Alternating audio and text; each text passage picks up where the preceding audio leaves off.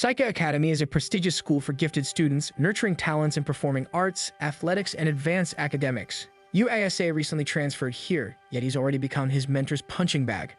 His mentor constantly yells at him in frustration, not because of what Yu has done, but because of who he is. The son of the legendary Subaru Ayase, a world-renowned actress and top student. Unlike his mother, Yu struggles. He's weak in martial arts and failed his advanced classes. Still, many students remain hopeful, believing that true prodigies often hide their talents. Subaru Ayase is an A-class graduate of Saika Academy, celebrated worldwide as a brilliant thespian with unmatched looks and daring performance stunts. Her talents span across many fields, and she graduated at the top of her class. With such a legacy, Yu's every move is under scrutiny, especially when he fails to live up to expectations. Despite Yu admitting that he has never been in combat in his entire life, his mentor insists on testing him. He claims that the three royals are curious about what kind of person Yu really is. Fueled by pressure and frustration, Yu charges forward and throws a punch with all his might, but when it lands, it feels like nothing more than a weak tap. His mentor finally loses his temper and slams Yu to the ground. Soon, murmurs echo throughout the stadium. Subaru Ayase's son is a complete failure. People often expect the children of prodigies to inherit their brilliance. Yu has lived with these disappointments since he turned 17. Still on the floor, he shoots a sharp remark at his mentor.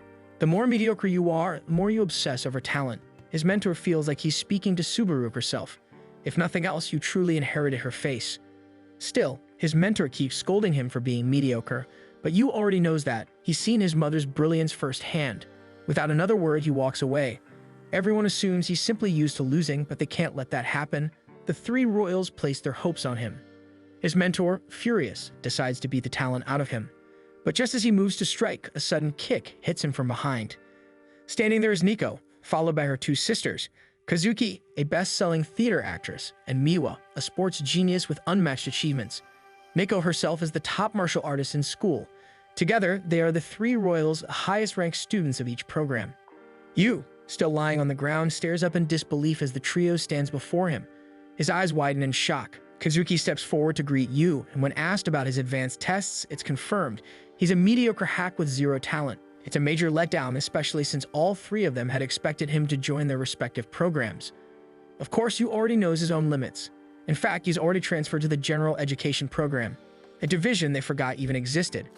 With that, Yu turns to leave, but Nico stops him, telling him to clean up first. Apparently, it's an unwritten rule. The loser cleans the dojo, so he has to keep going. The three royals toss a few parting insults his way as they leave, and while Yu wants to talk back, there's nothing he can do. He picks up the bucket of water and begins cleaning. The next day, the martial arts program heads to the stadium for their usual practice, only to find the entire area sparkling clean. Yu, on the other hand, walks home lost in thought about his past. When he was younger, he used to dream of being praised like his mother. He would practice movie lines in front of the TV, but every time he saw her perform, he knew he couldn't match her brilliance. He kept searching for his strength, jumping from one field to another, but reality hit hard. He was just mediocre. That realization made him slowly distance himself from his mother, even though she was the only family he had. Then she fell ill. During her hospital stay, she often rewatched a movie she once co-starred in, a series about family life where she played the mother.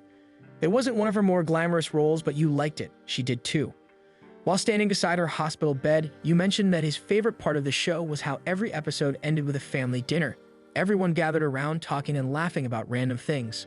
For the first time in many years, they had a real heart-to-heart talk. And in that moment, Yu realized that his mother only ever wanted a normal, happy family. Her final wish was just that, for Yu to have a happy family. Yu closes the notebook and walks off with his luggage in hand. His mother's wish was for him to have a happy family. Though he's not entirely sure how to make that happen, he's determined to try. He stops in front of a large house with the name Mikadono displayed at the gate. The place is massive. Still, Mikadono told him he could come in. So Yu steps inside, and to his shock, it's a full-blown mansion. Awestruck by the size and grandeur of the home, Yu starts to wonder more about who this Mikadono really is. He's about to unpack his luggage when, without warning, a foot lands squarely on his face. He crashes to the ground. Standing before him, fresh from the bath and wearing nothing but a towel, is none other than Nico. Realizing that Nico lives here and most likely mistook him for a criminal, Yu tries to explain, but Nico is already agitated. She's about to launch another attack when she suddenly slips and falls, giving Yu the chance to tease her a little. He even throws a towel over her head in an attempt to dry her off, but after a few seconds, Nico pulls away from his grip, clearly annoyed. Just then, the two other sisters arrive.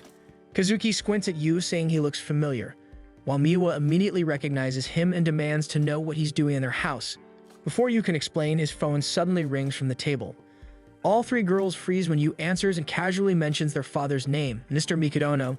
He's checking in to see if Yu arrived safely. As it turns out, Yu's mother was an old friend and benefactor of Mr. Mikadono, so he decides to look after Yu in her absence, hoping for her talent to live on. But what's shocking is the three girls are Mikadono's daughters, though he conveniently forgot to mention that.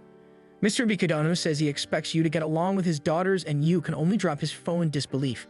He remembers his mother's dying wish for him to have a happy family. And now this is how a mediocre kid like himself ends up becoming family with three gifted sisters. The girls, upon learning they'll be living with Yu, can only scream in disbelief. Yu, on the other hand, feels like he's stepped into a bizarre dream. Nico, clearly irritated, reluctantly accepts the situation, saying it's their father's decision anyway. Kazuki is in disbelief that their father would take in someone she considers a failure. Meanwhile, Miwa flat out refuses to take care of a dumb mooch. It's obvious none of them are happy with Yu's presence. Still, Yu decides not to back down. He may be average, but he's determined to stay strong and live up to the happy family his mother once imagined. Yu formally introduces himself to the sisters, though none of them seem to care. As he moves to take care of his luggage, he accidentally steps on what appears to be a woman's undergarment. Kazuki snatches it away in a flash, clearly embarrassed. That's when Yu realizes the entire mansion is a complete pigsty. Taking a peek into the kitchen, he finds it in even worse condition. Kazuki was supposedly in charge of the dishes, but never got around to doing them. Broken glass litters the sink, and Yu carefully picks up the pieces one by one. It seems Kazuki had tried to wash them, just not very successfully. Then Yu turns to the mountain of unwashed laundry, which was apparently Miwa's responsibility. She casually admits she forgot how to do it, despite being capable of memorizing far more complicated things. To cope, she had scribbled washing instructions on her own hands. Nico, who's in charge of household chores, mocks Yu's aptitude test results, accusing him of exposing their failures. But Yu doesn't seem to care at all. After the sisters finish throwing insults, none of which he even listens to, the entire mansion is already sparkling clean. That's when Nico finally connects the dots. He's also the one who cleaned the dojo. Yu tries to win them over again, flashing a smile and saying he can clean like this anytime. He's got the looks, that's for sure, if only he weren't such a complete failure in everything else. The next morning, he wakes up to his alarm, expecting a peaceful day since there's no school. But that hope quickly fades when loud pounding echoes through the house.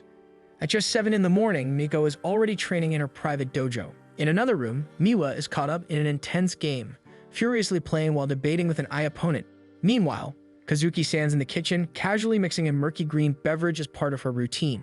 Yu realizes he's nothing like the three sisters. Even without school, they all have plans for the day, leaving him alone in the house. He hopes they could share breakfast, but Kazuki seems to be in a rush.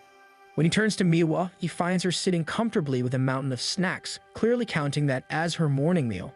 He tries to caution her about eating sweets before breakfast, but the glint in her eyes suggests he shouldn't bother. As he begins to prepare breakfast for himself, his thoughts drift back to life with his mother. Whenever he made breakfast, she rarely ate with him, always busy. She was constantly focused on herself. Yu knows this behavior well. Prodigies often live in their own worlds. If he couldn't even manage to connect with his own mother, how could he ever hope to live peacefully with three gifted sisters? While having his breakfast, Yu notices Miko eyeing his food. She's surprised to learn that he cooked everything from ingredients that were close to spoiling. When Yu offers her a plate, she's tempted to accept but quickly remembers her strict diet. His cooking may be impressive, but the meal is far too unbalanced for someone focused on martial arts training. As the three sisters rush to prepare for the day, Yu is left alone at the table. He recalls how his mother used to diet strictly for certain acting roles. Now it makes more sense. Kazuki does it to maintain her top star status, Miwa snacks to keep her brain sharp, and Nico follows a routine for physical performance. Prodigies often become so focused on themselves that they overlook the people around them. Yu remembers how even his mother scared him sometimes. He distanced himself, unable to understand her world. As the three girls rush out the door, they argue along the way, each blaming the other for running late. Just before they can completely leave, Yu stops them. He announces that they forgot something, prompting all three to rummage through their bags in a panic, only to realize they didn't forget anything at all. Annoyed, they scold him for startling them. That's when Yu calmly says what they forgot. Have a nice day. Instead of cheering them up, the words only creep them out. Still, they continue on their way, brushing it off. His message clearly didn't land the way he hoped, but Yu remains determined to keep trying. Nico mutters to herself that it was a stupid thing to say, but when she catches her reflection, her cheeks are flushed. Even Kazuki and Miwa find themselves thinking about it, though none of them will admit it. Deep down, they kind of liked it. Back at the mansion, Yu is washing the dishes when he receives a call from Mr. Mikadono. He's just checking in and informing Yu that he won't be home often due to work. That means Yu will be spending most of his time alone with the three sisters. Mr. Mikadono has a favor to ask as well. He explains that, as prodigies, his daughters will eventually face challenges of their own. He wants you to be there for them through those obstacles. If Yu succeeds, he believes the sisters will eventually open up to him. Still, it's a difficult request. You can't help but wonder how someone as average as him could possibly help girls so gifted. You still can't believe why such gifted girls would ever need his help, but Mr. Mikadono explains that Kazuki is facing a difficult audition. Nico is aiming for another national martial arts championship, and Miwa has an upcoming Shaja title match. He wants you to support them through these challenges. With that, the call ends. While hanging the laundry, you can't shake the thought from his mind. He's just a mediocre guy, neither athletic nor academically gifted, so he doubts whether he can actually be of any help. Still, he knows failure is always a possibility, and he, of all people, understands how painful that is. As the son of a prodigy with no talent of his own, you learn early how hard it is to live with people's disappointment. If that pain is already too much for someone like him, he can't imagine how devastating it would be for someone seen as exceptional. Determined to make it work somehow, Yu grabs his bicycle and rides off to the market. If he wants to get to know them better, he figures he should start by sharing a meal with them. When Nico comes home, she's instantly startled by Yu's presence. She almost forgot he lives with them now. Yu is in the middle of cooking something and even invites Nico to give it a taste. Suspecting he's trying to win her over with food, Nico quickly refuses and tells him she already bought dinner for herself. She proceeds to take a shower and dry her hair, then heads out again, only to find Yu still in the kitchen, now in full chef mode. Watching him so focused on cooking makes Nico realize just how serious he is. He's surrounded by a mountain of cookbooks, trying to get everything right. Seeing this, Nico starts to think he's trying even harder now because she turned him down earlier. At the same time, Miwa arrives home and Yu informs her about the family dinner he's preparing. Nico still finds the whole idea ridiculous, thinking Yu is just desperate for attention. But the scene unexpectedly stirs up an old memory. Years ago, even when top chefs prepared meals, the three sisters would refuse the food that any normal kid would have been thrilled to eat. Nico, in particular, always strictly controlled what went into her body, pre-packed meals with just the right balance of nutrients to maintain her physique for training. That night, she eats alone in her room. But as she takes a bite of her meal, she can't seem to shake the thought of Yu's cooking. Miko decides to take a peek from her room. Seeing that Yu is no longer in sight, she quietly heads downstairs. But the moment her eyes land on the meal prepared on the table, she freezes in surprise. It's a perfectly balanced meal, specifically tailored for an athlete's diet. Just then, Yu appears behind her and begins listing all the nutrients included in the meal. He explains that he designed it to complement her training routine, and that's when Nico finally gives in and accepts her defeat. Yu even consulted a dietitian to customize the ingredients based on her needs. Realizing he made all of this just for her, Nico tries to hide her amazement but eventually takes his seat at the dining table to at least give his cooking a try. The moment she takes a bite and doesn't insult it, Yu lights up like a cheerful kid who just got his pet kitten to eat. Moments later, Miwa peeks from the staircase, eyeing her sister's plate. Unable to hide her curiosity and mild envy, she quietly makes her way downstairs. Though she tries to stay unnoticed, Yu spots her and immediately presents another plate, this one tailored precisely for her brain function. He even recites the nutrient content with the same enthusiasm. Nico is taken aback to realize that Yu prepared each of them a specialized meal. Miwa tries to brush him off with her usual attitude, but Yu doesn't budge. He stands his ground, hoping to see both sisters enjoy the food he worked so hard to prepare. Now that the two sisters are finally seated at the same table, they begin teasing each other like normal siblings, which brings a smile to Yu's face. But that moment is quickly cut short when Kazuki arrives. Yu eagerly presents the meal he specially prepared for her, carefully packed with nutrients to help maintain her glow and radiance as a star. However, Kazuki remains unmoved. Without even glancing at the dish, she turns away and heads straight to her room. Though part of her finds it heartwarming to see her sisters sharing a table like a real family, she refuses to join them. For her, none of it is meant for her. Not the table, and certainly not the food made by a nobody like Yu. Yu freezes in place, his hopes instantly crushed. Even Nico and Miwa are visibly annoyed by their sister's behavior. In response, Nico volunteers to eat Kazuki's meal instead, but Yu quickly stops her, warning that she might exceed her carbohydrate intake. If she gives in to rage eating, she'll end up chubby for sure. Miko is clearly irritated by the comment, but Yu assures them that from now on they can rest easy. He'll be the one preparing all their meals and managing everything that goes into their bodies. It's been 3 days since he was taken in by Mr. Mikadono, that he's made no progress with Kazuki. Still, he recalls Mr. Mikadono's request to take care of his daughters. While sitting in class, his mind drifts back to her, and he begins to wonder how he might understand her better. Suddenly, a thought strikes him. He stands up from his seat without hesitation, determined to finally make a move. He tries to visit Kazuki, and in the hallway, he spots a group of students crowding around her, admiring her beauty.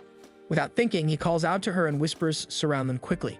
Kazuki immediately warns him not to come any closer, but Yu puts on a pitiful act, reminding her how hard he tried to win her over through his cooking.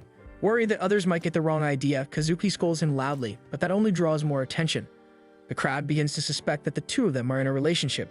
Seeing the commotion grow, Yu panics and dashes away before things get worse. His second option is to seek help from Miko. He visits her at the dojo, where she's busy going through the training schedule with the martial arts team. The moment he calls out to her, Miko's irritated expression says it all. Two of her teammates step in, ready to confront him, thinking he might be causing trouble. Miko's angry glare only adds fuel to the fire. Realizing the danger he's in, Yu wastes no time. He bolts out of the dojo as fast as he can. Now he is down to his last card, Miwa. Inside the classroom, Miwa is casually playing on her phone while other students chat about their homework. To everyone's surprise, Miwa effortlessly blurts out the correct answer, making the others feel foolish after just discussing how difficult it was. On his way to Miwa's classroom, Yu overhears some students whispering about how Miwa is way out of their league. When he finally steps inside, he's surprised to find the cheerful, jolly Miwa sitting completely alone without any friends around her. Without hesitation, Yu asks her to have lunch with him, but Miwa refuses and casually walks away. Still, Yu refuses to give up. He chases after her, following closely no matter where she tries to run. His persistence turns into a full-blown chase around the school. Interestingly, they both run at the same pace, which only proves that Miwa is definitely not an athlete. After some time of running, they both collapse in exhaustion. Miwa admits that athletics isn't her strong suit, but she's still better than Yu. Yu brings up how quiet she is in class, to which Miwa replies that she simply can't follow the senseless conversations high schoolers have. She's royalty, which means she is completely different from them. When Yu says he can relate, Miwa raises an eyebrow. He jokes that he's royalty too, of the short, weak, and stupid kind. Plus, the looks he inherited from his mother are basically false advertising, which Miwa, surprisingly, agrees with. Yu tries to comfort her by saying their uniqueness makes them special, but his words falter and he forgets what he was going to say next, causing Miwa to scowl in annoyance. A few moments later, the two now have sandwiches in hand. Yu opens up about his ongoing struggle with Kazuki, which triggers a memory for Miwa. She recalls that when Kazuki was 3, she wanted their mother to cook just for her. She looked so happy back then. Maybe that's a clue. That conversation gives Yu a possible lead. Kazuki might be longing for a dish her mother used to make just for her. But the question is, what could that dish be? As Kazuki walks through the door, Yu eagerly shows her what he's about to cook, but to his shock, Kazuki suddenly collapses to the floor. When her two sisters arrive and check on her, Kazuki brushes them off, claiming she's just fatigued. However, her forehead is burning hot. Concerned, Yu heads into her room with a bowl of porridge specially made for her fever, but Kazuki shuts everyone out, insisting they're all overreacting. While making their way downstairs, the sisters talk about how Kazuki easily gets sick, and that her rehearsals for the lead role are especially brutal. Over the next few days, Yu continues sending meals to Kazuki's room, but each one returns untouched, accompanied by a note that simply says, "Take that away." Frustrated and worried, Yu finally reaches his limit, but Kazuki immediately drives him out. However, just as Kazuki tries to stand up, she collapses again, this time falling right onto Yu. Still, Yu doesn't give up. He volunteers to bring her supplements, concerned that she might miss too many rehearsals if her condition worsens. Suddenly, an idea strikes him. He'll act as her scene partner so she can continue rehearsing without leaving her room. After all, he's the son of the legendary Subaru Ayase. He even debuted at the age of 2, while Kazuki didn't make her debut until she was 6. Maybe he's not as hopeless as he seems. Picking up the script, Yu attempts to portray the princess who is betrothed to Kazuki's character. But the moment he delivers his lines, his performance falls flat. Without hesitation, Kazuki drives him out of the room. As it turns out, the only reason Yu debuted at age 2 was because his mother pulled some strings. He failed every audition that followed. To Kazuki, Yu has no real understanding of effort given that everything he had was handed down by his parents' influence. That night, Yu returns to Kazuki's room having read the entire script, but his performance shows no improvement. The next morning, he tries again after rereading it 10 times, yet even a school play sounds better. The day after that, he continues, but the results remain the same. Lying in bed, Kazuki reflects on how an amateur like Yu could never understand what it means to be a professional. She's always been admired, always cast in lead roles with immense pressure resting on her shoulders. Failure has never been an option. Determined to get better, Kazuki decides to step out of her room only to find Yu in front of the TV. He's watching the movie adaptation of the role she's playing. She realizes that even after school and housework, Yu spends his nights studying the role just to help her rehearse. The next morning, Yu's performance is still as wooden as ever, but Kazuki decides not to push him away. He did put effort into it after all. Then, unexpectedly, after Kazuki delivers her line, Yu responds with such emotion that it actually turns out well. It moves him to tears. After failing so many times, he finally did something right. Kazuki thinks it's ridiculous to cry over one good line, so she scolds him back to his senses. Still, deep down, she quietly hopes she can return to acting soon. Then Kazuki suddenly speaks. She's finally ready to eat Yu's cooking, but only under one condition. She hesitates at first, pulling a blanket over her face out of embarrassment before quietly reciting a list of things she refuses to eat. After all this time, Kazuki simply does not want them to know she is such a fussy eater. That morning, Miko and Miwa stare in disbelief. Kazuki is eating with them, and not just that, she's eating real food. Yu passes by, casually praising Kazuki for finishing her soup, and she shrugs it off, saying it's fine as long as there are no carrots. Unbeknownst to her, Yu had secretly grated some in. While eating his own meal, Yu feels relieved. It took time and effort to bring them all to the table, and they sure are a handful. However, by nightfall, his earlier joy fades. One by one, the sisters send word. They won't be home for dinner. Yu tries to act unaffected, but the disappointment creeps into his voice. Just when he thought they were finally becoming a family again. On the bright side, having a prodigy for a mother made him used to being left behind. She often wouldn't come home for months, buried in her work. But that same devotion is what eventually pulled them apart. Now he can't help but compare the Mikodono sisters to her. They're all prodigies, while he feels like a nobody in their shadow. Still, he can't ignore the fact that Mr. Mikodono personally asked him to look after his daughters. It's a responsibility that weighs heavily on him, even if he doesn't know how to fulfill it. In the silence, his thoughts drift back to his mom and her final wish, for him to have a happy family. The problem is, he doesn't know what a happy family looks like. Searching for clarity, he thinks of his favorite movie, the one where his mom played the loving mother. Watching it always struck a chord. There wasn't any heavy drama, just small smiles, laughs, and simple conversations. That's the kind of family he wants to create. Soon, his table is stacked with DVDs of the movie series. One by one, he watches them all until he reaches the part where his mom, as the lead actress, wears a wedding dress and marries the protagonist. She wanted him to have a happy family of his own, but he couldn't help but feel the weight of reality. Movies are far different than real life. So engrossed in the show, Yu loses track of time. The Mikodono sisters eventually return, tired from their respective errands. As they walk into the living room, they're stunned to find Yu teary-eyed watching TV. Miwa curiously comes closer to see what moved him so much and is shocked to realize he binge-watched the entire series. Kazuki silently recognizes the actress on screen, Sumaru. With this, she quickly assumes that Yu must miss his mother deeply. Taking a quiet breath, Kazuki tells him that he doesn't have to keep cooking or doing chores just to be accepted. Miwa chimes in, suggesting he take things easy. And Nico remarks that he's just a freeloader anyway. Yu seems taken aback by Nico's blunt comment. He stands up, firmly explaining that he doesn't see himself as a freeloader. Despite the differences he had with his mother, he realized they were more alike than he thought. So this time, he wants to do things right. He wants to connect with them and have a happy family genuinely. But the sisters don't quite understand. Nico scoffs, saying families are overrated, especially for people like them. Besides, how could someone like you possibly be considered family to them? Just then, the wedding scene plays on screen. The male lead's heartfelt vow to Subaru about wanting to build a family strikes a chord, but not in the way Yu expects. The sisters all freeze, having the same realization. They misunderstand entirely, thinking Yu wants to marry all of them and make them his bride. Clueless about the malicious thoughts the sisters are having, Yu presses further, asking Nico about her birthday.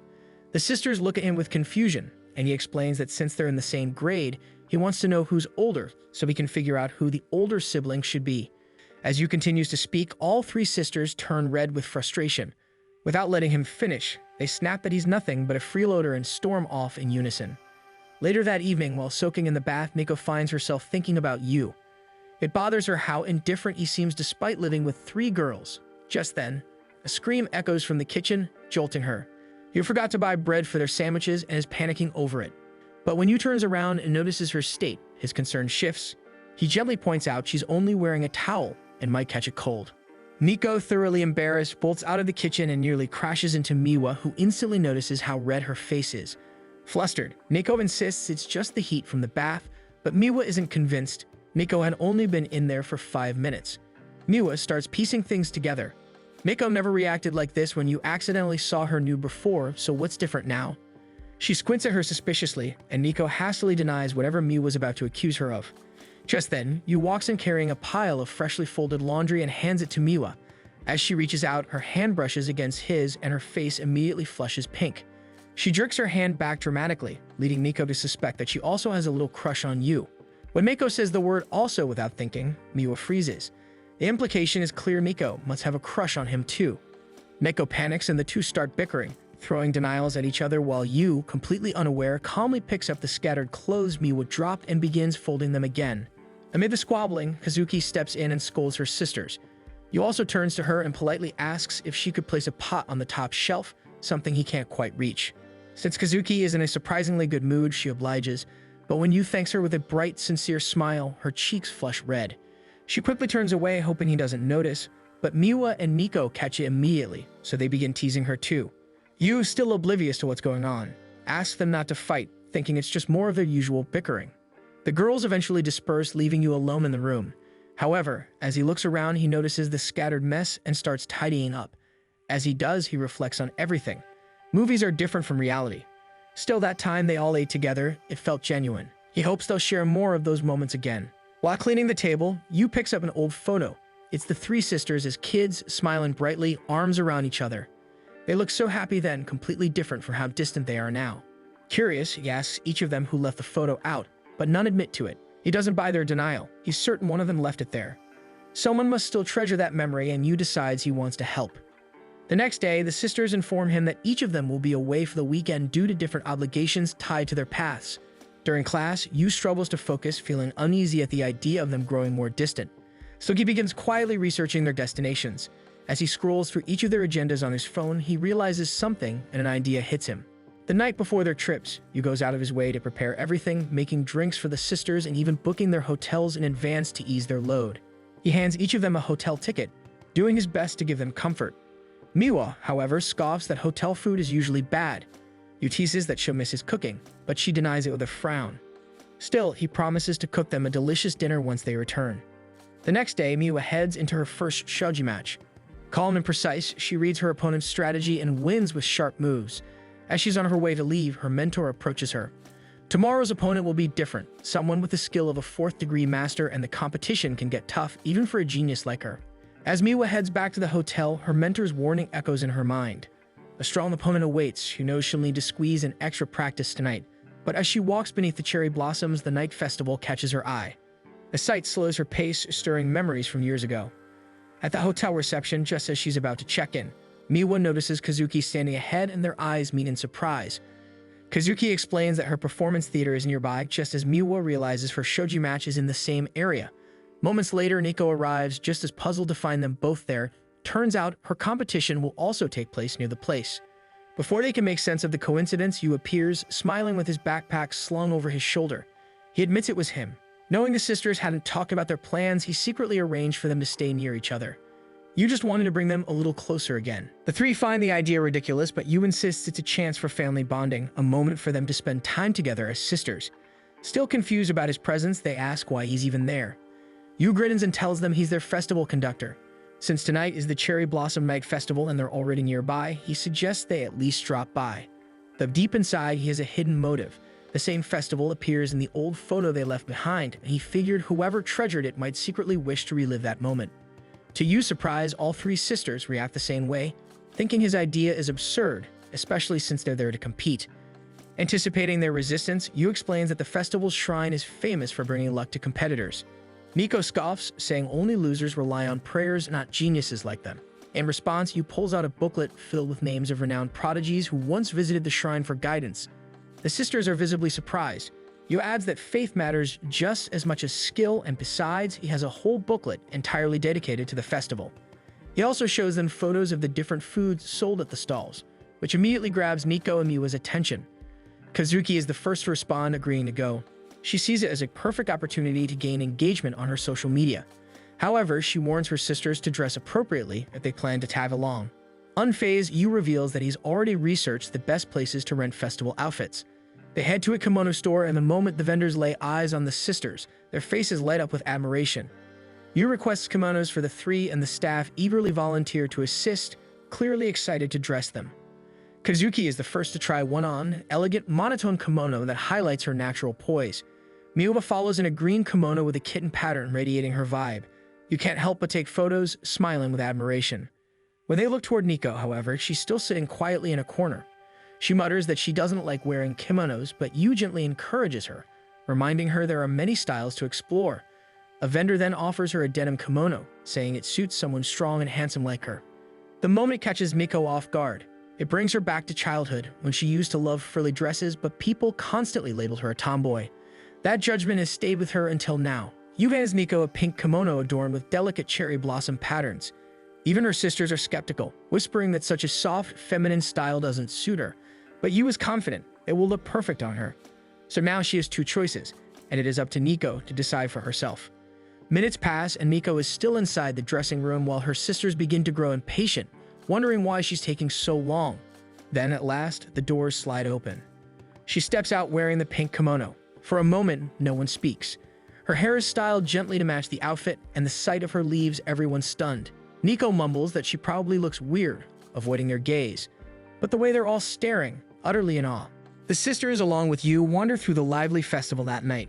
However, Yu is caught off guard by just how popular Kazuki is. She quickly becomes the center of attention, surrounded by a crowd of starstruck admirers. Yu had hoped they could enjoy the festival together like a happy family, but it seems Kazuki has shifted into work mode, engaging with fans and posing for pictures. Watching her handle everything so gracefully, Yu hesitates to interfere. Fortunately, there's no need to. Even while chatting with fans, Kazuki keeps an eye on her sisters and soon notices Miwa and Miko happily sampling festival treats. Meanwhile, while other people are admiring Kazuki, there is this one girl who did not go with the crowd. According to her, Kazuki may be hot, but she is still a girl after all. Refusing to join the hype, she decides to walk away from the scene. Unfortunately, just as she turns around, the strap of her slipper snaps, causing her to lose balance and stumble forward. In that exact moment, Kazuki steps in and catches her right before she hits the ground. When the girl opens her eyes, she finds herself in Kazuki's arms. The crowd erupts in excitement, cheering over the unexpected heroic act. Without paying much attention to the noise around them, Kazuki carries the girl to a safer space. Yu, who has been watching from a distance, immediately trails after them, trying not to lose Kazuki amidst the sea of people. Once Kazuki ensures the girl is safe, she attempts to return to the main event, only to be pulled aside by Yu, who's hiding behind some nearby bushes. Now hidden, Kazuki is ready to scold Yu for the sudden move, but he quickly hands her a bag filled with food. Though Kazuki initially tries to refuse his offer, Yu pulls out one more thing, a small bandage. He had noticed earlier how she walked more gingerly than usual, so he assumes something is wrong with her sandal straps. Without hesitation, he urges her to put a bandage on her foot. Kazuki feels slightly creeped out, wondering if Yu has been watching her all this time. However, when he insists she show him her foot, he discovers just how bad the wound is, and she was still carrying someone in that state. Yu wonders why she never mentioned it, but Kazuki explains that as someone expected to play the role of everyone's prince, asking for help would only disappoint people's expectations. Yu, however, insists it shouldn't matter. Everyone deserves to be themselves. With that, he suggests taking care of her injury, and Kazuki finally complies. As Yu gently applies the bandage to the tender area, Kazuki feels a warm blush rising to her cheeks. Meanwhile, elsewhere, Miwa and Nico are at a festival stall. Miko is growing increasingly frustrated trying to catch a salmon with a paper scoop but fails every time, while Miwa bursts into laughter, her amusement only making Miko's irritation worse. Just in time, Yu and Kazuki arrive to join them, though Kazuki now wears a mask to avoid recognition. With that, the four decide to pair up Kazuki and Yu against Miko and Miwa in the goldfish scooping game. While playing, Miwa jokes that Kazuki should always wear a mask since it looks happier than her usual frown. After a while of playing, Miko breaks her scoop in frustration while Miwa effortlessly catches fish after fish. Kazuki accuses her of cheating, but Miwa smugly claims they simply lack skill. Yu, meanwhile, frowns at how seriously they're taking the game. Eventually, Yu quietly excuses himself from the group, intentionally leaving the girls to spend time together while he makes his way to another location. Yu bolts through the festival grounds with unwavering determination, heading straight toward a special event, the Lotus Hopping Competition. This annual challenge requires participants to cross a pond by hopping across lotus-shaped platforms and reach the Torii Gate at the end.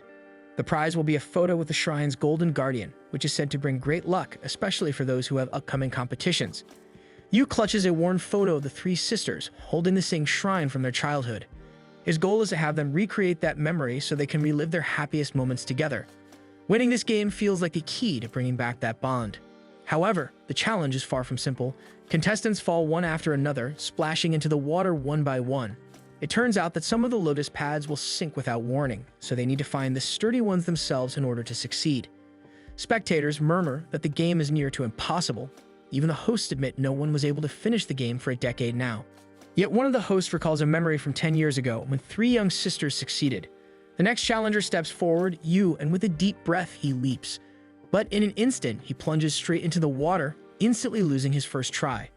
Undeterred, Yu climbs back out, and after the hosts announce that challengers can retry, he volunteers to go again, but his second attempt fares no better. He barely makes it past the first few platforms before sinking. One by one, the other challengers bow out, surrendering their chances, but Yu refuses to quit. He begs the hosts for another turn, then another, until at last he is the only competitor left.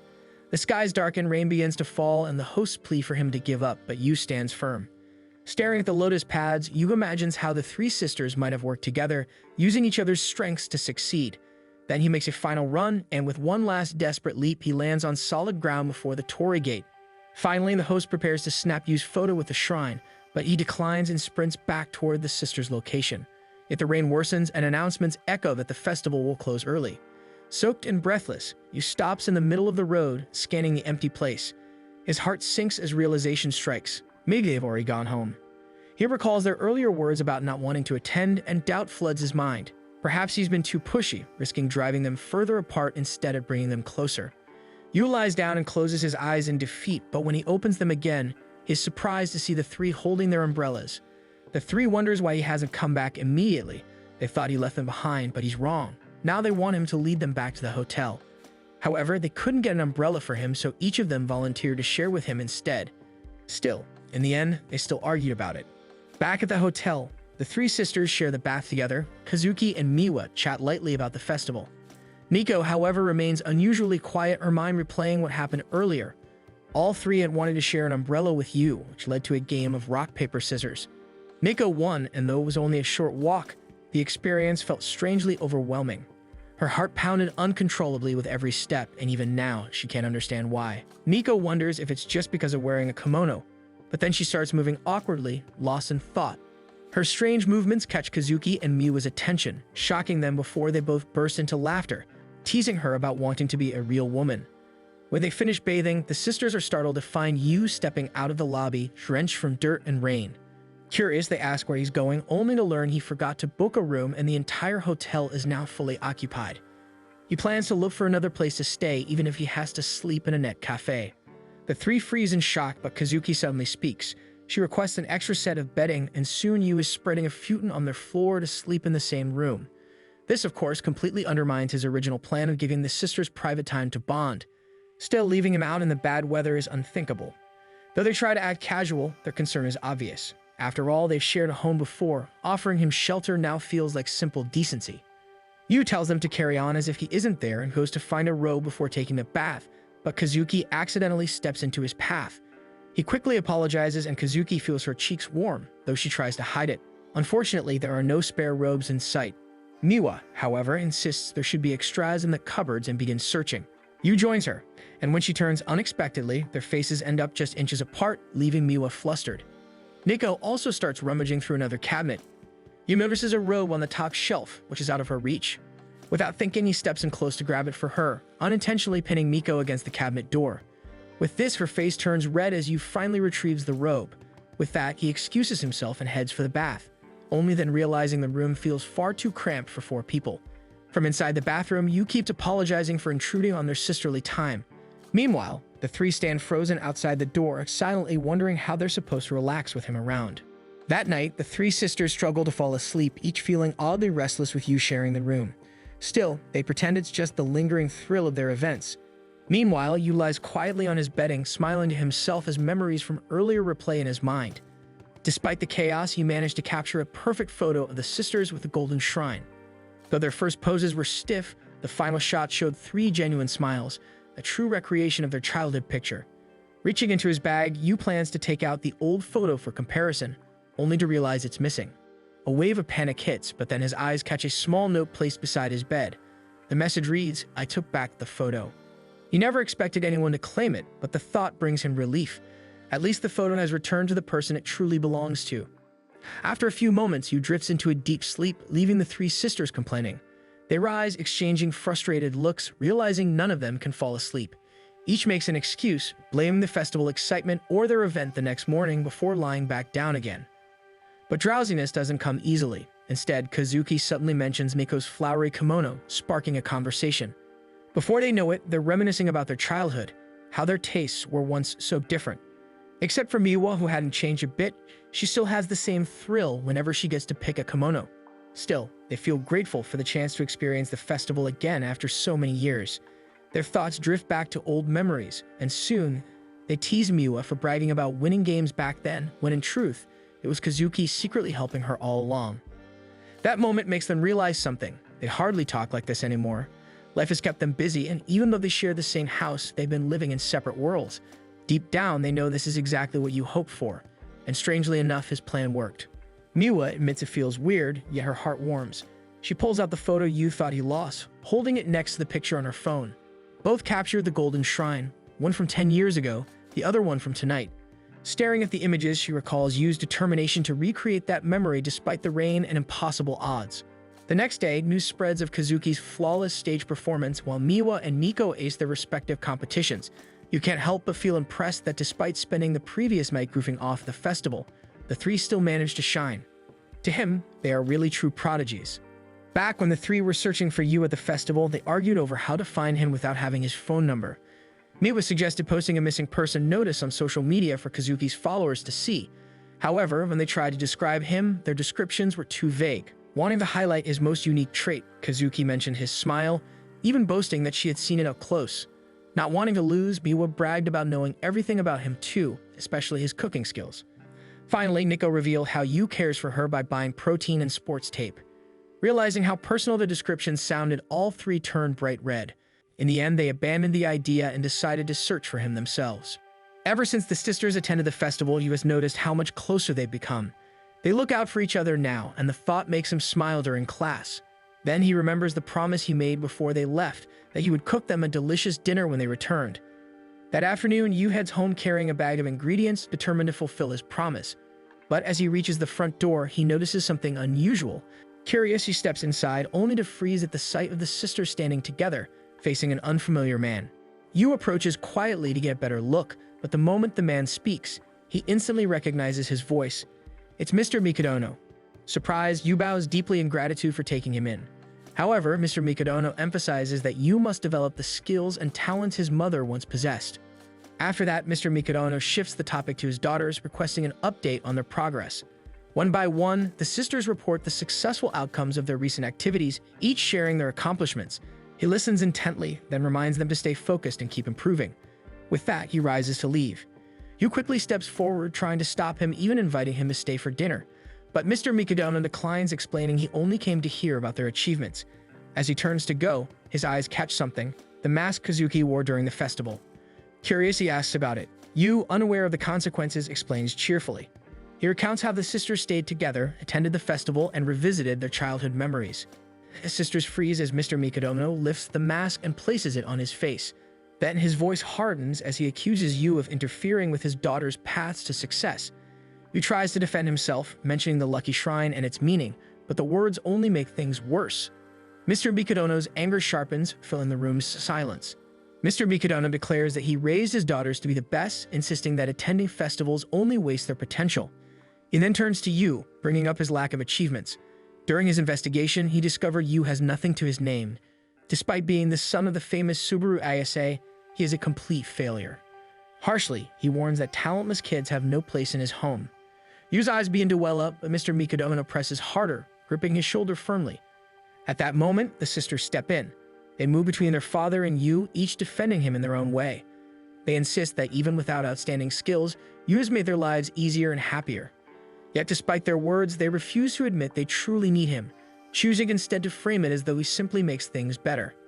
That night, Yu eats dinner alone while each sister dines separately in her own room, just like before. Mr. Mikadono's words echo in his mind. Festivals are now strictly forbidden. Yu had prepared a meal for all of them, but they refused, claiming they no longer had time to eat together. A week passes, and their bond slips back to what it was when Yu first arrived.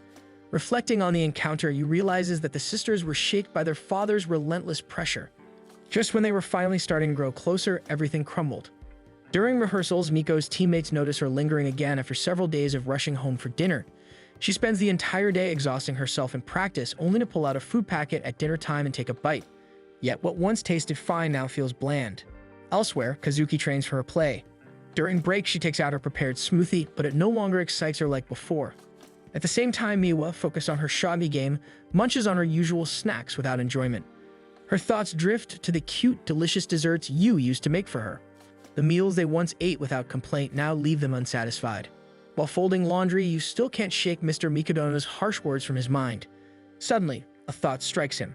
His dream of an ideal family, like the ones he saw on TV, seems far too mediocre for people like them. But then he remembers his mother, a prodigy herself, who once longed for that same simple happiness.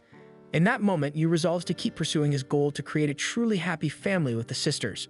The next morning, the three head off to their respective classes, but before leaving, they pause at the strange silence in the house. Yu doesn't even bid them goodbye.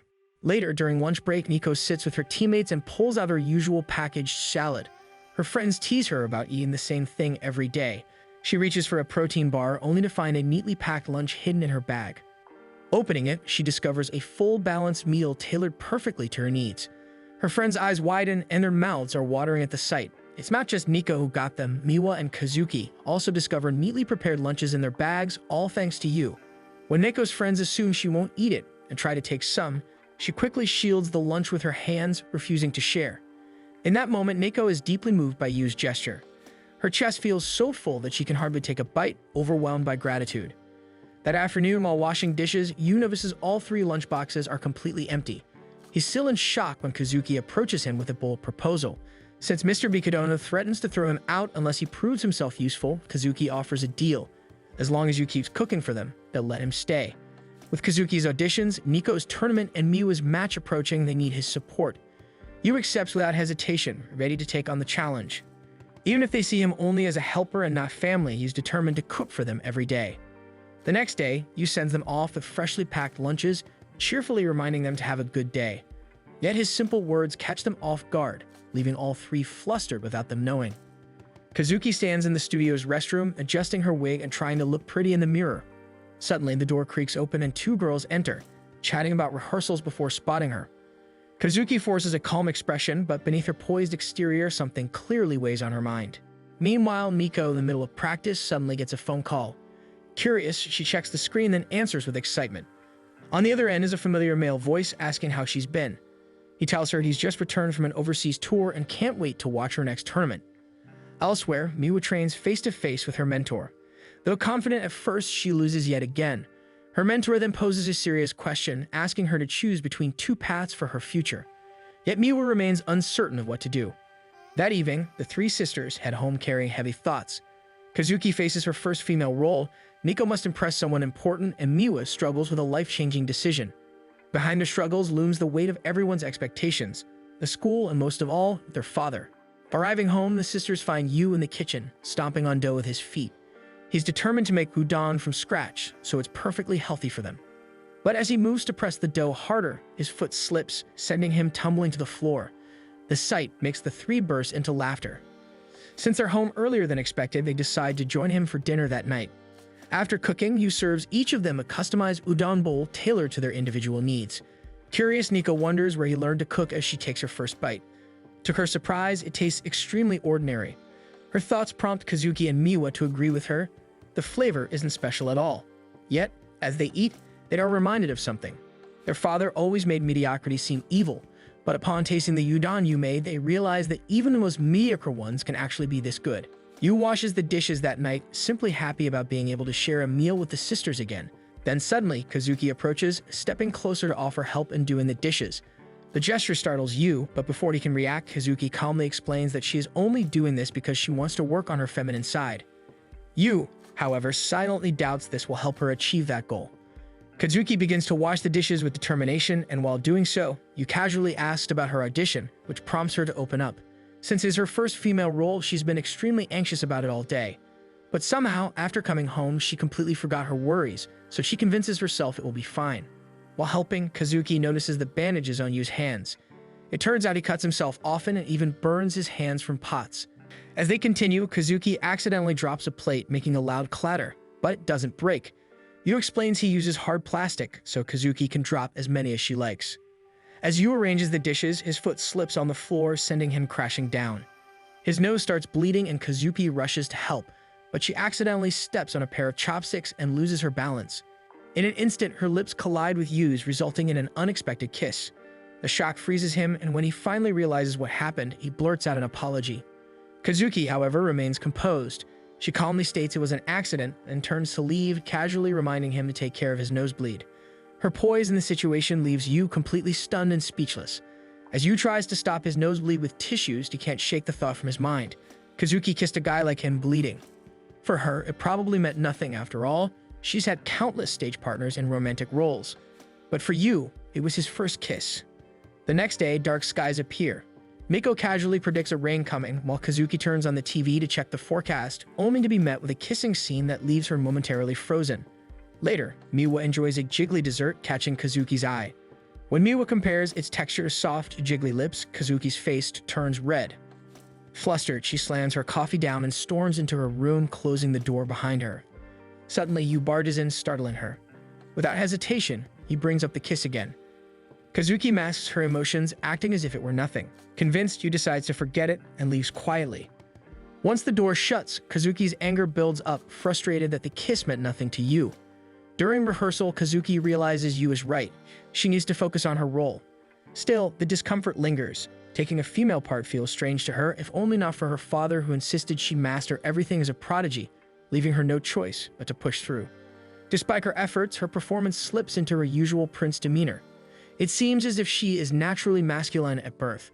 To adapt, she studies her colleagues, planning to imitate them. But when the rehearsal reaches a kissing scene, Yu's face suddenly flashes in her mind, breaking her concentration. Her mentor immediately senses something off, warning her that personal distractions could ruin her acting. The words strike Kazuki deeply, and by the time she gets home, she knows the advice is true. She asks Yu to prepare a stamina-boosting meal and handle a few errands for her. Yu assumes everything is returning to normal, until Kazuki casually asks if he's free on Sunday. Thinking it's another favor, he nods, only for her to lean closer. She tells him to go on a date with her. Yu freezes in shock, but Kazuki doesn't waver. She wants to go on a date with Yu. While Kazuki aggressively asks Yu out on a date, her two sisters secretly eavesdrop from the second floor of their home. They can't believe what they're hearing. Kazuki, of all people, is asking Yu on a date. Unsure how Yu will respond, the two retreat to their rooms before they get caught listening in. Downstairs, Yu remains confused about Kazuki's sudden proposal. Unsure of her intent, he decides to ask. In response, Kazuki shows him a flyer for an audition where she must play a feminine role. Having portrayed male characters most of her life, the idea of embracing a feminine persona terrifies her. She admits that her mentor once told her that personal experience should shape performance, and to grasp a heroine's emotions and mannerisms, she needs to experience a date. Now Yu gets it. They need to go on a date so that Kazuki can open up her inner femininity. Though she is already an expert on princely roles, this is something she must not take lightly. So with that, Yu agrees to take Kazuki out on a date on Sunday, and Kazuki warns him to keep it a secret from her sisters. She also warns him not to get the wrong idea, but Yu knows that already. Nevertheless, since he wants Kazuki to achieve her goal, he wants to add a little thrill and swears to make the best date for Kazuki on Sunday. When Saturday comes, Yu is casually cleaning the house when Miko asks him about his agenda for tomorrow, and he answers as if he has no important things to do, which only angers Miko, convinced Yu just lied to her. With this, Miko suspects that he is truly hiding something from them, keeping it a secret. Meanwhile, Miwa, after eavesdropping last time about the date, accidentally hears Yu swearing he will make the best date for Kazuki. His words make her so flustered that she runs out of words to even describe it. That night, the four gather together for dinner, but despite it being the first time they have eaten together after a while, the tension in the air is thick as the two are still suspicious about Kazuki and Yu. When Kazuki asks if Yu is ready for tomorrow, the two light up in silent anger even more. The next morning is the day of their date, and Miko and Miwa decide to put on a disguise and follow Yu to their meeting place. The two pick up a disguise fit from a nearby shop, and even though they choose goofy outfits for each other, they both end up slaying it. Watching Yu wait for Kazuki, the two can't help but discuss just how unthinkable this is. If anything, they can picture her with a girl more than a boy. Then suddenly, Kazuki arrives in a long black wig and a Sunday dress, leaving all three of them speechless. Despite her sudden urge to smack Yu, she tries her best to act charming like a girl. Yu compliments her, but she quickly explains that she's only trying to act like a heroine. With a charming tone, Kazuki then asks Yu to proceed with their date. They go to an aquarium first, and Yu is trying his best to make the date perfect. while Nico and Miwa follow behind, still in disbelief. As they walk down the stairs, Kazuki makes sure Yu doesn't stumble. Oddly enough, since she's supposed to be the damsel in distress in this situation. They switch places to stay in character, and when they arrive at the dolphin show, Kazuki claps lightly, trying her hardest to act as adorably as possible. When it's time for the dolphins to jump, water splashes on the bleachers, and instead of Yu covering Kazuki, it's the opposite. The crowd watches in awe, praising Kazuki as someone cool. This is supposed to be the perfect date, but things quickly go downhill. They break shopping bags, the waiter messes up their order, and Kazuki ends up with sore feet from wearing sandals. Soon she's worn out. Watching from afar, Miwa comments about their date being completely cratering. Later that day, Yu informs Kazuki he needs to use the bathroom, so Kazuki waits alone. Watching her reflection in the mirror, she realizes what a failure she is, just like Yu. Suddenly, a man approaches her, noticing her impressive physique. With this, he offers her a shot at modeling, claiming he works for a talent agency. Kazuki dares not reveal her true identity, so she tries to avoid him as much as possible, but he's persistent. Just as the scout tries to pull her away, Yu appears and snatches Kazuki's hand, firmly stopping him. The scout assumes Yu is her younger brother, but Yu quickly corrects him, saying he's her date. More importantly, he tells the man to back off. However, Yu hasn't come up with an excuse ahead of time, so when the scout keeps pressing for answers, he doesn't know what to say. He tries to make something up, but even in that field, he's still a total failure. With no other choice, he suddenly shouts that the scout can't have her because he's marrying her. The scout scoffs, thinking Yu is just being childish. And though he's only trying to make things better, Kazuki can't help but feel completely embarrassed. A scout eventually walks away, but whispers ripple through the crowd because of his accidental wedding proposal. Yu urges Kazuki to forget about it, but she doesn't think she ever can. Instead, Yu quickly grabs her hand and pulls her along to their next destination, without realizing he just did it so naturally. From a distance, the two sisters hiding nearby nearly lose their minds. As they walk hand in hand, an awkward tension settles between them. Neither of them lets go, but people keep mistaking them for siblings. Wanting to look more like a romantic couple, Yu tries to intertwine his fingers with Kazuki's, which completely shocks her. But his boldness works. Kazuki begins feeling those fluttery butterflies, and in the name of keeping the act, she intertwines her fingers with his as well. Their next stop is the cinema to watch a romantic film. Yu points out a movie where Kazuki's idol played the lead. She remembers how a year ago, that girl looked just like her, manly. It was her idol's farewell in the review as she was to debut in that film. It was her first feminine role, and Kazuki never brought herself to watch it, too afraid of what she might see. Yu, unaware of the emotional weight it carries, innocently says it might give Kazuki some pointers, so they go inside to see it. While watching the movie, Kazuki notices the lead actress hasn't shed her old acting habits at all. Though talented, she often played villainous male roles on stage. Her presence used to be more natural than most men's. But as a heroine in this film, she didn't quite fit. As the movie ends and Kazuki and Yu leave the cinema, murmurs fill the air. Some people criticize the actress, saying she still acts too much like a guy. Despite being a well-known star, in the end, she failed to win their hearts. At that moment, her father's words echo in Kazuki's mind, "Prodigy must never fail." Yu realizes just how badly he's messed up. Watching the movie only made things harder for her, and now he can only curse himself. Outside the cinema, Miwa and Nico share the same sentiment. The terrible movie has completely ruined the mood.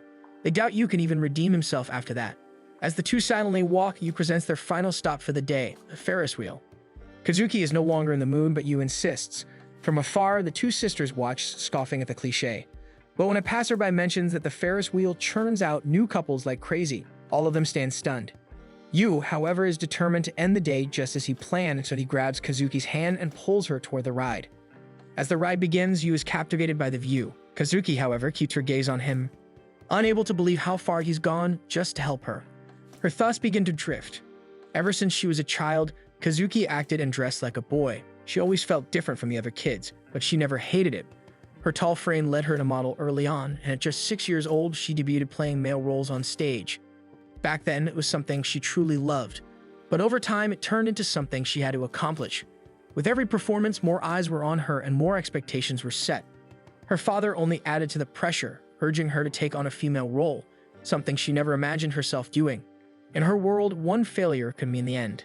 As the Ferris wheel slowly ascends, Kazuki realizes that maybe she never should have auditioned for a female role at all, if it would only lead to failure.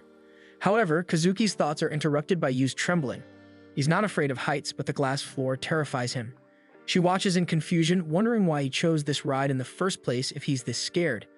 Yu admits he only wanted the date to end perfectly. As the Ferris wheel reaches its peak, he gathers his courage and tries to ask Kazuki to become the best heroine ever, but he fumbles his words, turning the moment into an awkward mess. Kazuki sighs, tells him to sit down, and he obeys, still visibly shaking. Looking at Yu, Kazuki can't help but admire him. Yes, he's a failure. He messes up almost everything. But somehow she wishes she could be as unafraid of failure as he is. With a confident grin, he tells her it's because he's been failing all his life, but sometimes there's beauty in that. To explain, he moves beside her, pulls out his phone, and shows her a photo of herself, completely unaware.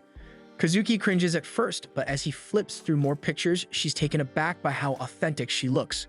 Every photo captures a different side of her. She doesn't even recognize herself. With this, Yu tells her to show more expressions. He reassures her that while many people might hate imperfections, there are always some who find them beautiful too. Kazuki is flustered by his words, but does her best to hide it. By the time the ride ends, it's already dark. When Miwa and Nico spot them stepping off the Ferris wheel, they quickly duck out of sight. Watching their smiling faces from afar, the sisters can only wonder what happened during the ride. While walking home, Yu and Kazuki casually talk about her upcoming auditions. Kazuki admits that all this time she's been playing roles others expected of her. But now, she wants to perform in her way even if she stumbles. Yu gently reassures her, saying that if she ever blunders, she can just remember their date. Embarrassed, Kazuki suddenly bolts ahead, leaving Yu behind.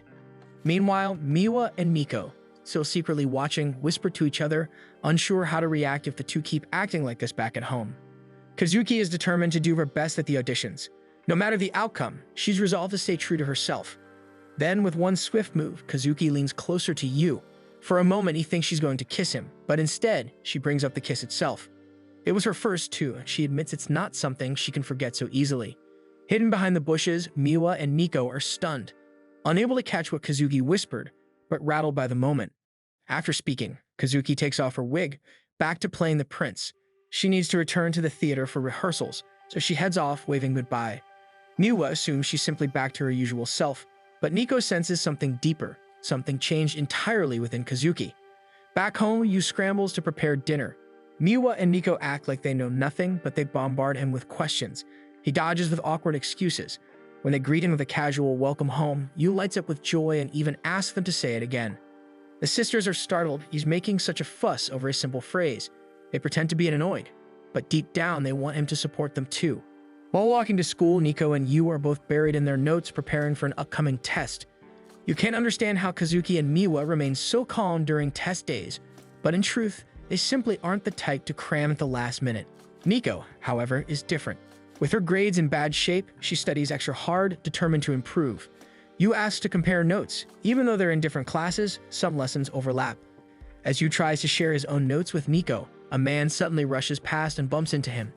Turning to look, Yu realizes the man is a robber, confirmed by a girl shouting behind them that her bag has been stolen. With that, Yu immediately takes off after the thief, though his pace is so slow that even the thief glances back in disbelief. Distracted by this, the man fails to notice Nico standing directly in his path. The thief, however, quickly recovers and boasts about his martial arts background, moving to counterattack. He's clearly skilled and tough, but Nico refuses to back down. From a distance, Kazuki and Miwa, on the other hand, remain calm, certain their sister can handle herself. Their confidence proves right as Nico knocks the man out cold. She grabs the girl's stolen handbag and scoffs at the defeated thief. They don't realize that a small crowd has already gathered. As the crowd swarms the shaken victim, Nico quietly stands off to the side, concealing a cut on her hand. Yu notices immediately, rushing to wrap it in a bandage. Though Miko insists she's fine, his gentle care leaves her unexpectedly flustered. While everyone is distracted, the thief seizes the chance to slip away. Unfortunately for him, he collides head-on with a group of men.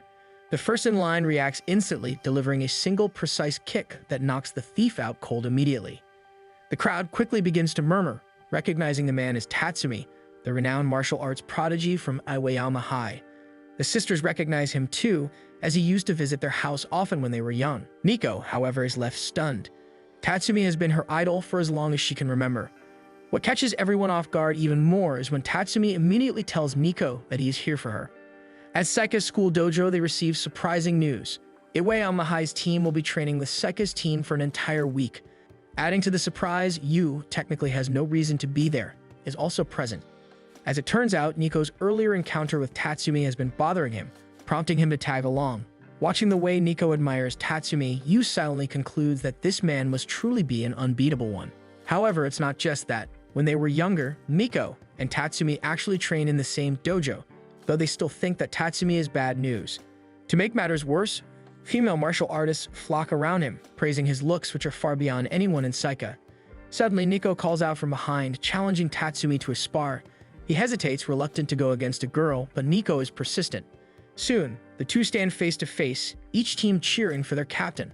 With a swift kick, Tatsumi knocks Miko out of the match, stunning her teammates as they have never seen her lose. Miko can't believe it happened so easily and insists on going again, but Yu steps in, not wanting her to get hurt. He even scolds Tatsumi for not taking it easy, but in reality, Tatsumi is already taking it easy on her. Now alone on the sidelines, Nico opens up to Yu about how Tatsumi used to be her hero. On her very first day at the dojo, she managed to defeat all the older boys. Naturally, they were furious and tried to gang up on her.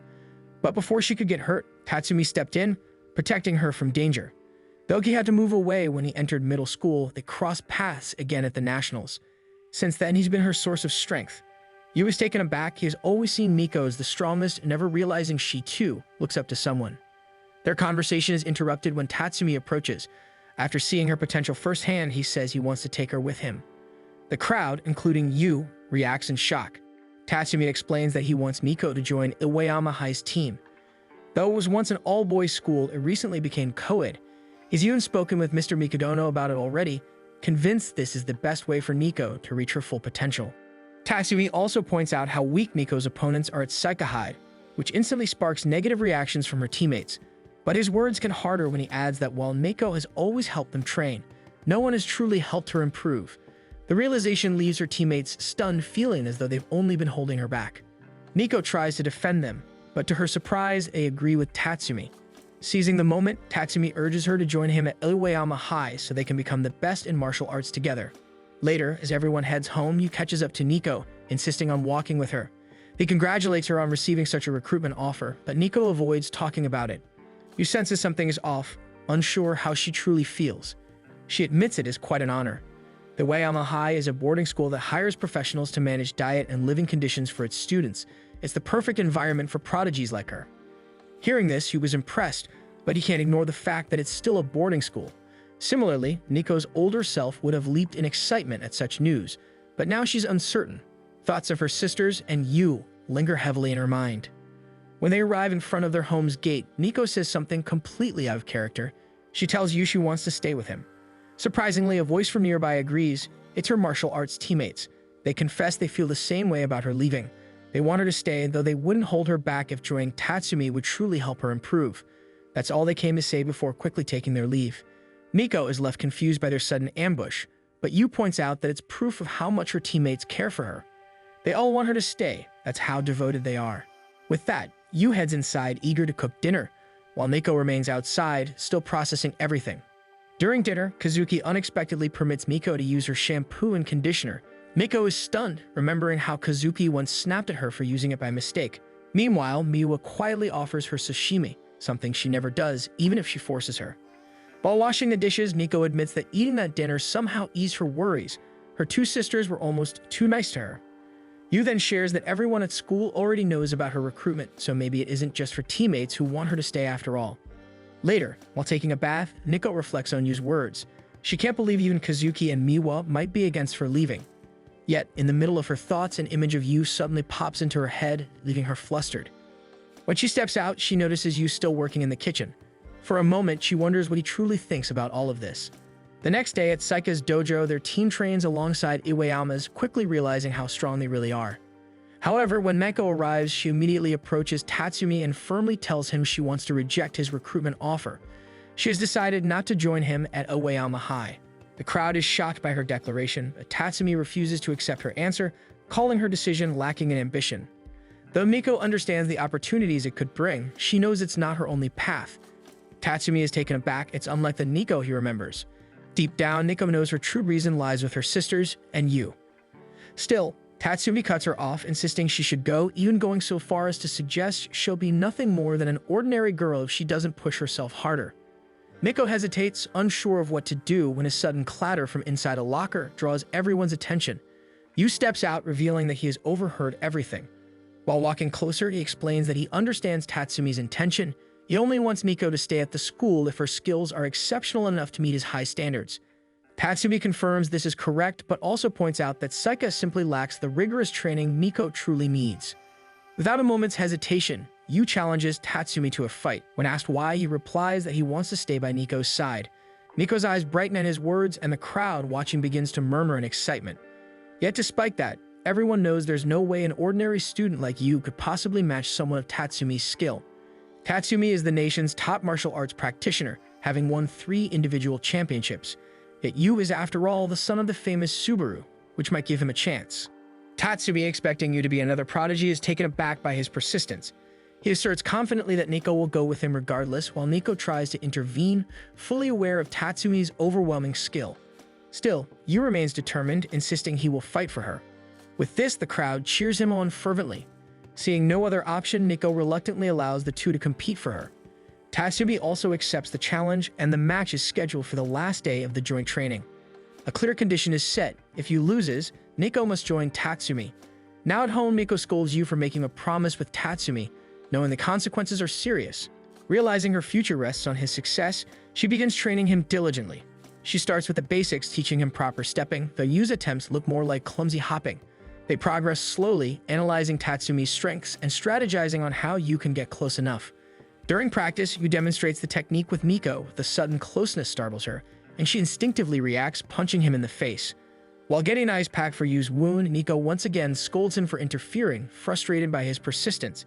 Yu admits that his chances of winning against Tatsumi are slim, acknowledging that he is a true prodigy, but he insists he wants to try his best. He explains that his efforts aren't just for himself. He wants to stay close to Nico. Miko becomes flustered at this, but what he truly means is staying close with Nico and her sisters all together. Though Yu considers himself a freeloader, he has grown fond of seeing the 3 sisters together, and now he encourages Miko to share her own thoughts. As he steps closer and closer, he corners her gently, explaining that since he is fighting for her, she should be honest about why she turned down Tatsumi's offer. Miko hesitates for a while, worried her reasons might sound stupid. She finally admits she will miss her teammates, but more importantly, she doesn't want to leave home because she has grown to cherish Yu's presence as well. Her honesty shocks Yu, and she adds that seeing Kazuki and Miwa's competitive nature every day also motivates her. As Nico finally reveals her answer, the door suddenly swings open, revealing Kazuki and Miwa quietly eavesdropping on their conversation. They pretend not to have heard anything, but their expressions give them away. Sensing the challenge Yu is about to face, Kazuki offers to lend a hand if needed, while Miwa cheers him on. You can't help but feel a surge of happiness, realizing he isn't facing this match alone. That night, Kazuki and Miwa show up in pink aprons. Miko is startled to see them dressed like that, but they explain it's their way of supporting Yu, wearing the same apron as him. Yu smiles at this, remembering how bad they all were at housework when he first arrived. The two take charge of dinner, warning everyone it might take a while since their cooking doesn't look so great. When asked why they're so determined, they admit they don't want to rely on instant meals anymore, but deep down, they only want Yu to praise their cooking. Before long, the kitchen is a disaster. Exhausted, Kazuki and Miwa collapse at the table. Yu steps in, offering to help teach them properly. They refuse at first, but he insists their effort shouldn't go to waste. Even Nico admits this might be her only chance to taste their cooking, convincing them to try again. With this, the two finally rise from their sulking and start by boiling broccoli in a pot. Yu advises Kazuki to memorize the recipe to avoid mistakes. After all, she should be a pro at memorizing since she always works with scripts. Meanwhile, Yu teaches Miwa how to peel a potato properly. She follows his instructions so earnestly that she ends up calling him sir, only realizing it afterward, leaving her flustered. Watching them work so hard, Yu realizes that even prodigies struggle when it comes to things they aren't good at. It reminds him not to give up either. After some time, the three finish cooking. This time, they've made Miko's favorite dish. Looking at the table, she can't believe they went through so much trouble for her, especially after their first attempt was such a disaster. Kazuki urges her to eat while it's still hot, so Miko sits down, takes a bite, and instantly praises the taste. Yu is delighted to hear this, but when he tries to pick up his spoon to finally enjoy the meal himself, his hand begins to tremble uncontrollably. No matter how hard he tries, he can't hold the spoon steady. It seems his hands have completely given out after the exhausting training he endured. Seeing this, Miwa quietly scoots a spoonful from her own plate and without hesitation offers it to Yu. Her action startles the other two, and upon hearing his compliment, Miwa smiles softly, her face turning red. Not wanting to be outdone, Kazuki quickly follows, taking her own spoonful and feeding Yu as well. Everyone reacts again, surprised by the sight. Both Miwa and Kazuki realize they have always been on the receiving end, never the ones to give, yet now they understand how rewarding it feels. 3 days before the match, Kazuki and Miwa are still completely devoted to taking care of Yu. They prepare towels and bring him lemon slices. Meanwhile, Nico can only watch with growing disgust. Still, even when Nico insists it's already late and time to stop training, Yu refuses to quit. 2 days before the match in Saika High, Tatsumi is already fired up, eagerly waiting to face Nico again. He recalls her earlier words about not wanting to enroll in his school, and his frustration boils over. By chance, he runs into Nico in the hallway. Looking her over, he sneers she's grown weaker, not only in martial arts but also in spirit. Depending on someone else's strength to make decisions is pathetic, he says with cold disappointment. As he turns to leave, he declares his vow. He will defeat Yu and afterward take Nico to his school to beat her back into shape. The night before the match in their home dojo, Yu pushes himself through training. Nico can clearly see the progress he's made, yet despite that, she cannot shake off Tatsumi's words echoing in her mind. Guilt stirs in her chest, and she suddenly apologizes to Yu. If it weren't for her, he wouldn't have had to endure such hardship in training.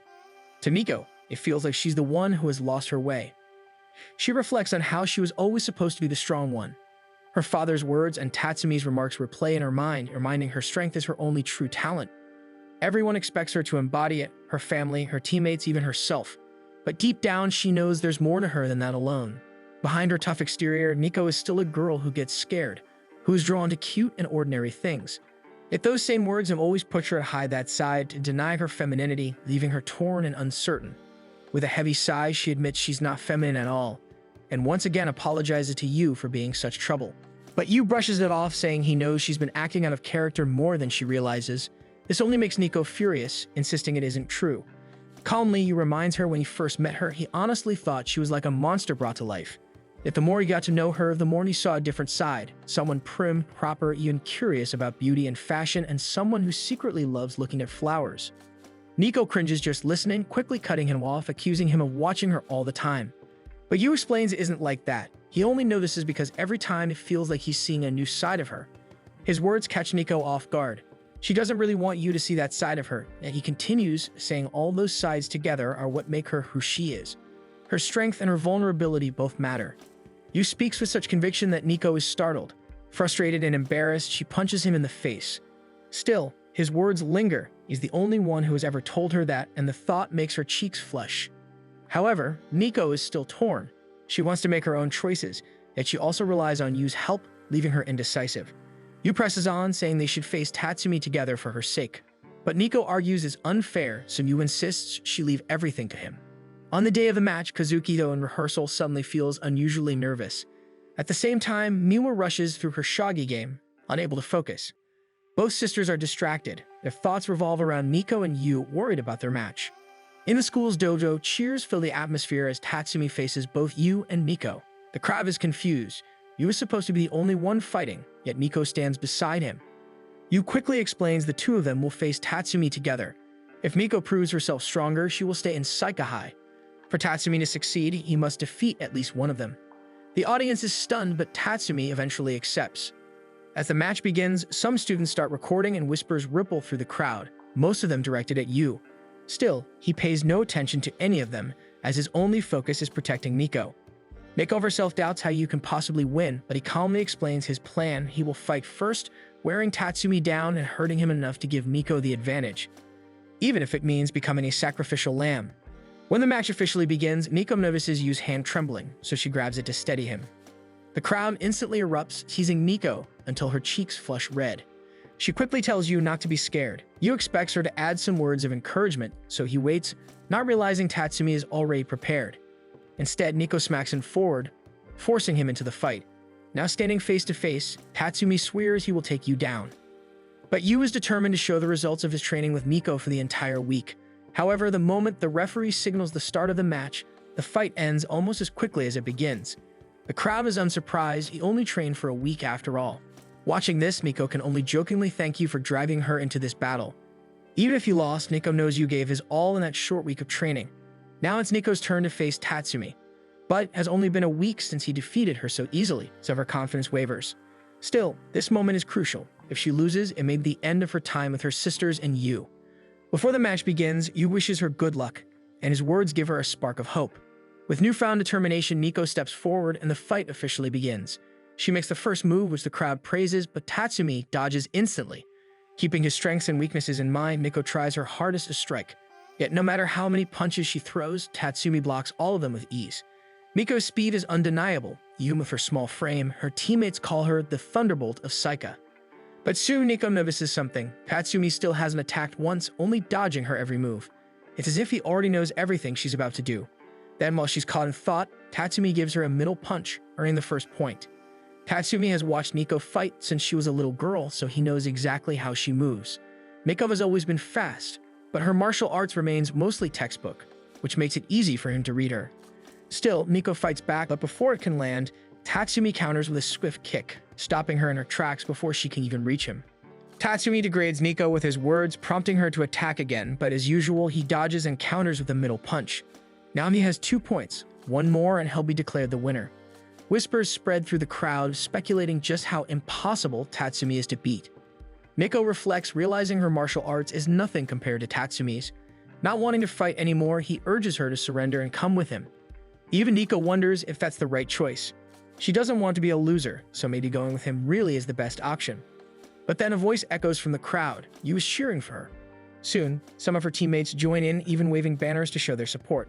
Though Miko feels horrified and embarrassed, unsure if that will even help her win, it warms her deep inside. Yu has always been weird like this since their training, and the thought makes her smile. Realizing this, Nico snaps herself out of it. Laughing in the middle of a match isn't like her at all. But remembering Yu's words about her having different sides, she decides to let them all show. As she rises to try again, Tatsumi immediately notices something has changed. When Miko attacks again, he thought she would act in her usual ways, but he couldn't read her move anymore. This time, she strikes in the opposite direction, surprising him with an upper kick he didn't expect. Her second strike comes just as unpredictably, catching him off guard. Before he can even recover, Nico pushes forward with both feet, knocking him back. This isn't like her usual fighting style at all. She has always been conventional, sticking with textbook martial arts, but now she isn't.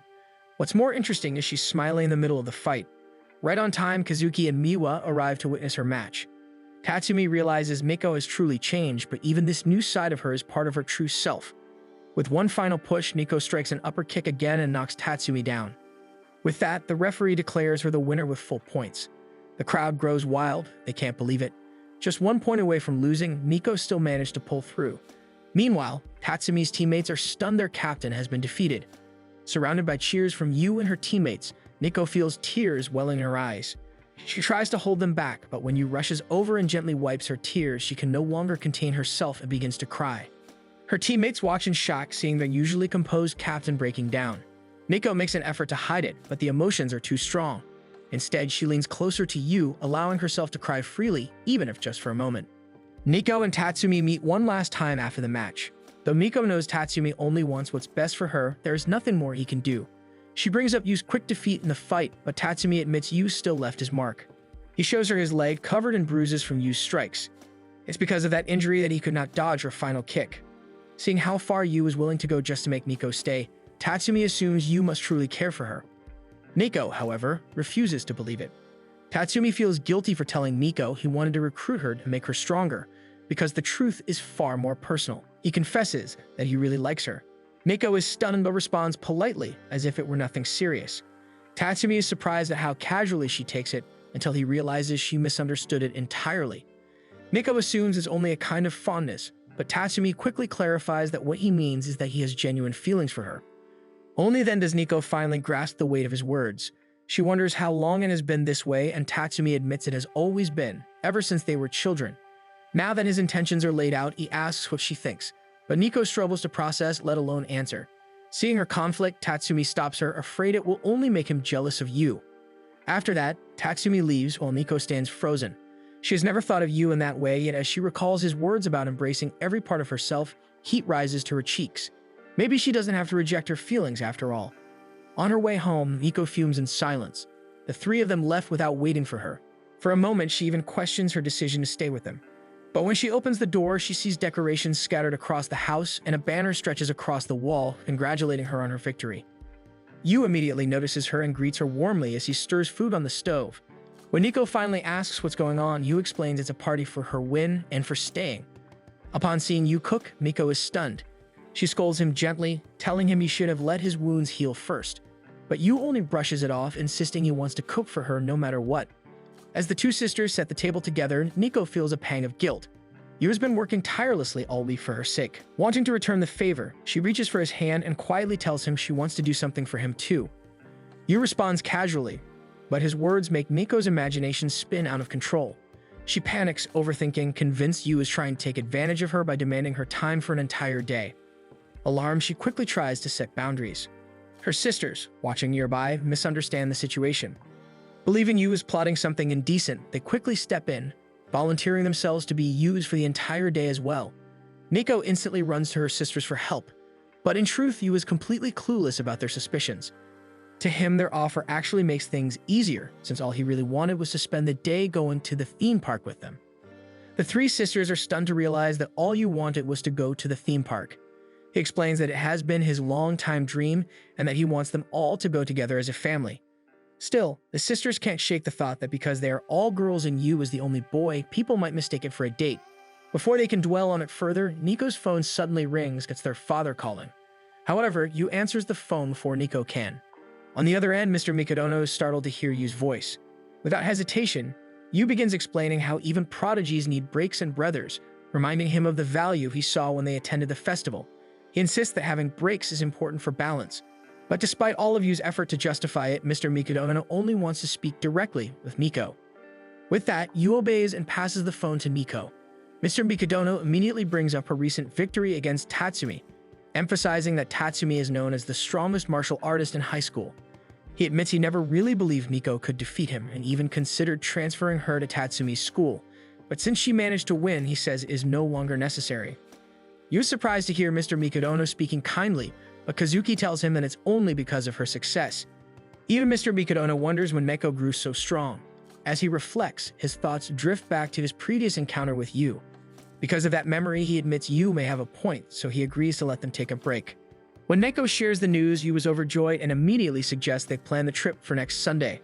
The following day, Nico visits a bookstore, flipping through magazines about fashion tips for girls. Kazuki, although busy with rehearsals, scrolls through her phone for tips on how to impress a man. Meanwhile, Miwa sits in her room reading articles on how to make a boy swoon. All three sisters are secretly preparing for the big theme park day. On the day of their visit to the theme park, Yu arrives first. Suddenly, a pair of hands covers his eyes.